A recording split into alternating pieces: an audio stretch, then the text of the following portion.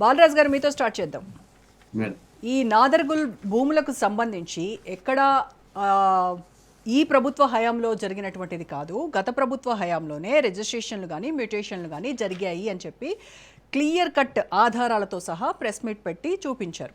So మరి మీరేమో ఇప్పుడు జరిగినటువంటి అక్రమాలుగా కాంగ్రెస్ ప్రభుత్వంపై బురద చల్లేటువంటి ప్రయత్నంలో భాగంగా ఈ రకమైన ఆరోపణలు చేస్తూ ఉన్నారు. మరి నిన్న ఆయన మాట్లాడినటువంటి ప్రెస్ మీట్తో అంతా కేల్ ఖతం అయిపోయింది అని కాంగ్రెస్ నాయకులు చెప్తా ఉన్నారు. సో స్టిల్ మీరు అదే ఆరోపణతో అలాగే ఉన్నారా, లేదు అని అంటే మీ స్టాండ్లో ఏమైనా మార్పు ఉందా?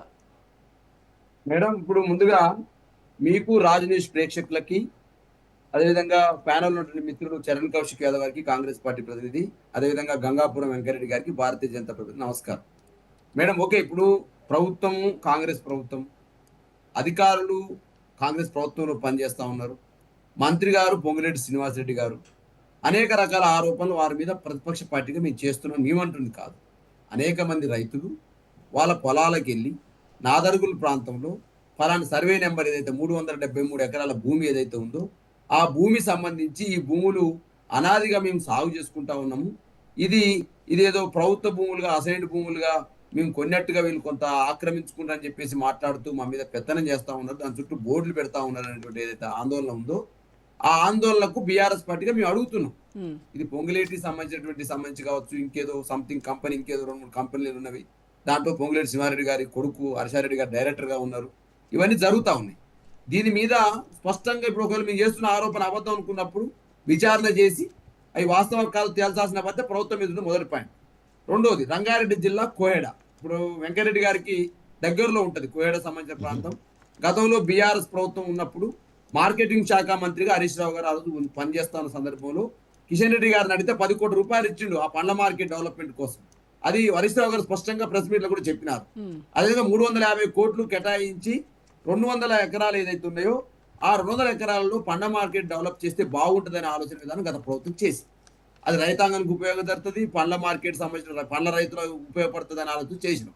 దాన్ని డెవలప్మెంట్ చేస్తూ ఉంటే ఇవాళ ఏం చేస్తున్నారు, టీజీఐఐసిసి వాళ్ళకు దాన్ని అప్పచెప్పి సుమారు దాని మీద 3000 కోట్ల రియల్ ఎస్టేట్ వ్యాపారం చేయడం కోసం ప్రభుత్వం ప్రయత్నం చేస్తుంది. దాని మీద ఆరోపణ చేసినాం. ఆల్రెడీ సబితాందర్ రెడ్డి గారు, హరీష్ రావు గారు అక్కడికి వెళ్ళారు, మంచిరెడ్డి కిషన్ రెడ్డి గారు, మాజీ ఎమ్మెల్యే గారు అందరూ ప్రెస్ మీట్ పెట్టినారు.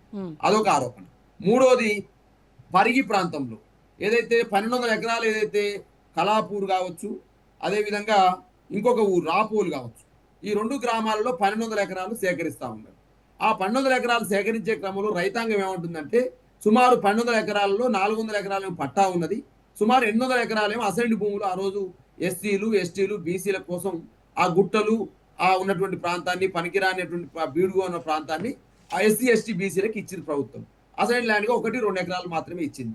సుమారు 1200 ఎకరాల్లో 400 ఎకరాలు పట్ట, మీ 400 ఎకరాలు ఆ రోజా గారు అసైన్డ్ ల్యాండ్.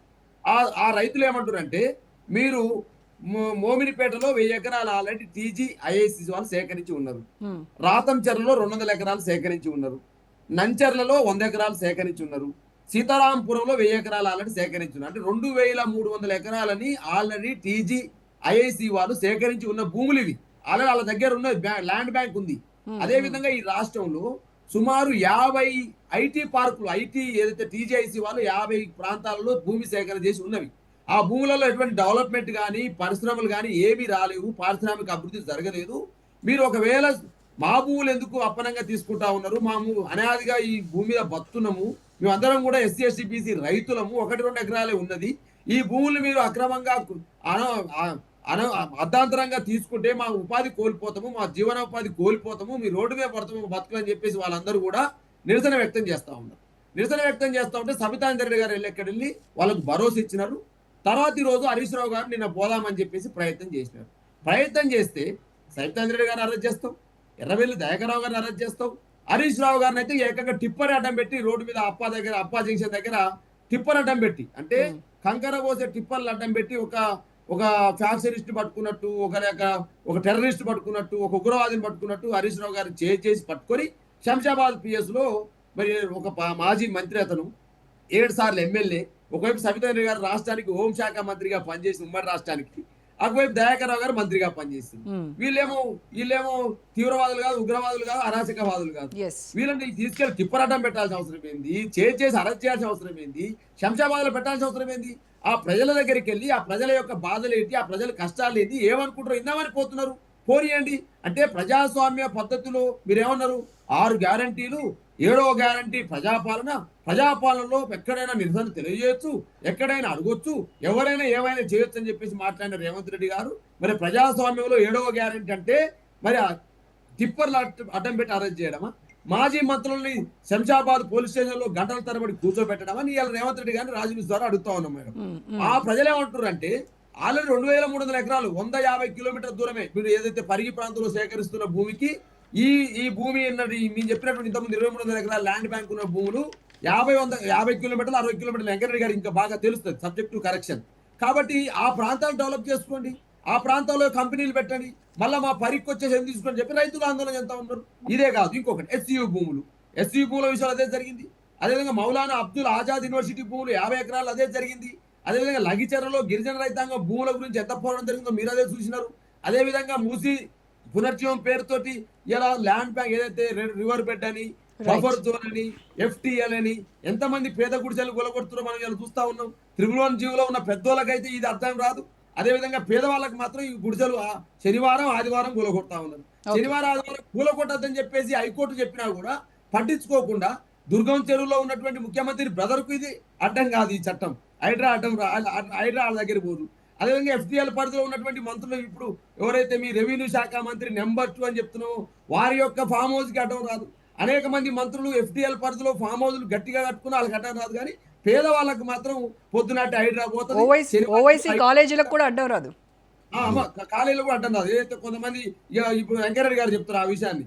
ఇక కొన్ని కాలేజీలకు అడ్డం కాదు, అన్నిటికి అడ్డం కాదు. పేదోళ్ళ మాత్రం శనివారం పూట పోవాలి, హైకోర్టు లేని రోజు ఆదివారం మేడం. రోజా గారు మేము ఆడుతున్నామంటే ఈ రాష్ట్రంలో భూమి తన చుట్టూ తాను తిరుగుతూ సూర్యుని చుట్టూ తిరుగుతుందట మేడం.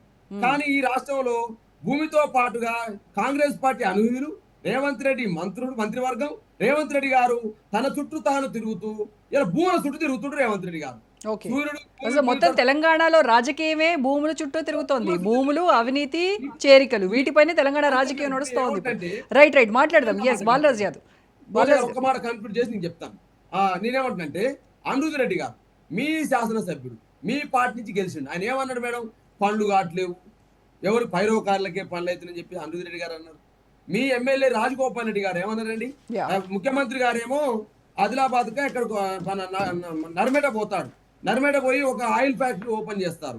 అక్కడ ఏమంటారు? హరీష్ రావు గారు పట్టుకొని అలా పట్టుకొని అన్ని కాన్స్టిట్యున్సీలు నాకు సమానమే, ప్రతిపక్ష పార్టీ ఎమ్మెల్యేల దగ్గర కూడా నేను అభివృద్ధి చేస్తున్నానని మాట్లాడుతాడు. నీ సొంత పార్టీ రాజగోపాల్ రెడ్డి ఏం చెప్తున్నామా? ఎమ్మెల్యే మంత్రులకే పనులు అవుతున్నాయి, మంత్రుల కాన్స్టిట్యున్సీలకే పని అవుతున్నాయి, ముఖ్యమంత్రి కాన్స్టిట్యున్సీ పని అవుతున్నాయి, ప్రభుత్వం మీరు పెడితే వచ్చిందా, మేము కూడా ఎమ్మెల్యేలేం కదా అని చెప్పేసి రాజగోపాల్ రెడ్డి అంటున్నాడు. సమానంగా చూస్తున్నా